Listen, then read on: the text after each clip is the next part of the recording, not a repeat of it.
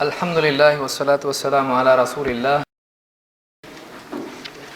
وعلی آلہ وصحبہ ومن سار علی ہدیٰ۔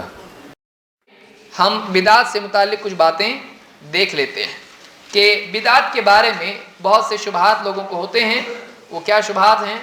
5 شبہات ہم اس میں دیکھیں گے اور ان کا کیا جواب ہے یہ بھی دیکھیں گے۔ بدعات کس کو کہتے ہیں؟ پنکھا بدعت ہے کہ نہیں؟ ہے نا؟ تو گناہ ہے کہ نیکی نکالنا کہ کیا اس کو؟ پنکھا نکالنا چاہیے؟ دین میں کہاں ہے وہ؟ دین میں ہے؟ دین میں نہیں ہے۔ تو بدعت کس چیز میں نئی چیز کو کہتے ہیں؟ دنیا میں یا دین میں؟ دین میں۔ ورنہ اگر دنیا میں بھی بدعت بری ہوتی ہے تو پھر پیدل پونا والوں کو کیسا بھیجنا پڑے گا کہ اونٹ پہ؟ بس سے نہیں جا سکتے، کیونکہ وہ بھی کیا ہے؟ بدعت۔ تو بدعت دین میں کسی نئی چیز کے نکالنے کو کہتے ہیں جو پہلے سے اس میں نہیں تھی۔ بدعت ایک بری چیز ہوتی ہے۔ کیوں؟ اس لیے کہ دین میں اضافے کی ضرورت ہے نہیں ہے۔ دین کامل ہے ناکامل؟ کامل ہے۔ کامل یعنی ادھورا یا کمپلیٹ؟ کامل میں اضافے کی ضرورت ہوتی ہے؟ کامل میں اضافے کی ضرورت نہیں ہوتی ہے۔ جتنا دین میں ہے اتنا ہی کافی ہے۔ اس میں اپنی طرف سے ترمیم و تبدیلی، اضافہ، کمی، توڑ جوڑ، رد بدل کچھ بھی کرنے کی ضرورت ہے؟ جیسا ہے ویسے اس کو رکھنا بہت اچھا ہے، تبدیلی اس میں نہیں کی جائے گی۔ لیکن المیہ یہ ہے کہ بدعت ایک انسان کو اندھا کر دیتی ہے اور غلط کو صحیح، صحیح کو غلط دکھاتی ہے۔ ایک دین پر عمل کرنے کا جذبہ انسان کے اندر ہوتا ہے اور جذبے میں آ کر اپنے دل سے آدمی کچھ بھی کرنے لگتا ہے اور اس سے روکنے والوں کا دشمن ہو جاتا ہے۔ بدعت کی خرابی ہے اور انسان کی گمراہی کا بہت بڑا سبب یہ ہے کہ وہ عمل کرے جذبے کے تحت، علم کے تحت نہ کرے۔ گمراہی کا بہت بڑا سبب کیا ہے؟ آدمی علم کی بجائے صرف جذبے کی بنیاد پر عمل کرنا شروع کرے۔ جذبہ اپنی جگہ ہے لیکن علم بھی ہونا ضروری ہے۔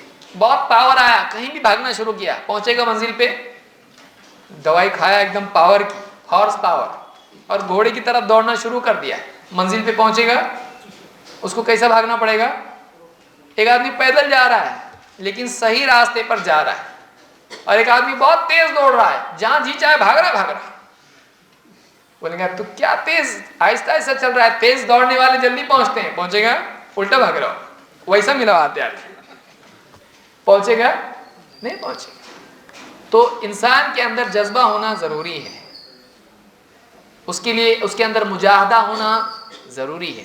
وہ دین پر مجاہدے کے ساتھ عمل کرے، خوب عمل کرے، لیکن پہلے دیکھ لے بھاگنا کدھر ہے، پہلے دیکھ لے منزل کدھر ہے، راستہ کون سا ہے۔ کہیں بھی بھاگنے سے جیسے منزل پر نہیں پہنچتے ہیں، اسی طرح سے کسی بھی راستے پر چلنے سے جنت میں پہنچ سکتے ہیں۔ کون سا راستہ ہے جنت میں لے جانے والا؟ صراط مستقیم۔ وہ کس کا راستہ ہے؟ اللہ کے نبی صلی اللہ علیہ وسلم جس راستے پر چلے ہیں وہ کیا ہے؟ صراط مستقیم ہے۔ اللہ تعالیٰ قرآن کریم میں فرماتا ہے قُلْ هَلْ نُنَبِّئُكُمْ بِالْأَخْسَرِينَ أَعْمَالًا الَّذِينَ ضَلَّ سَعْيُهُمْ فِي الْحَيَاةِ الدُّنْيَا وَهُمْ يَحْسَبُونَ أَنَّهُمْ يُحْسِنُونَ صُنْعًا۔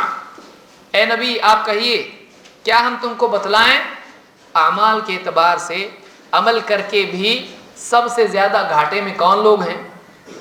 یہ وہ لوگ ہیں کہ جن کی دنیا میں ان کی گئی کوششیں سب رائگاں چلی گئیں، برباد ہو گئیں، اور وہ اسی بھرم میں پڑے رہے، اسی گمان میں پڑے رہے، اسی دھوکے میں پڑے رہے، وہ یہی سمجھتے رہے کہ ہم کوئی اچھا کام کر رہے ہیں۔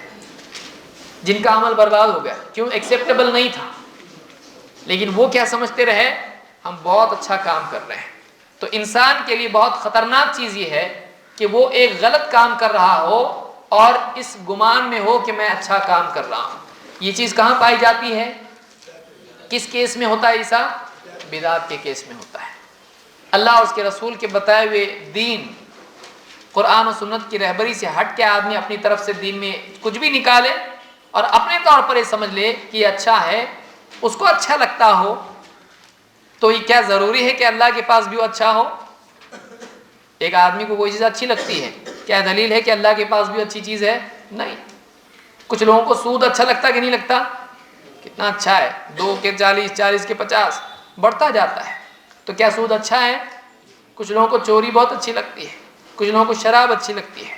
تو کسی انسان کو کوئی چیز اچھی لگے اس بات کی دلیل نہیں ہے کہ وہ اللہ کے ہاں بھی اچھی ہے.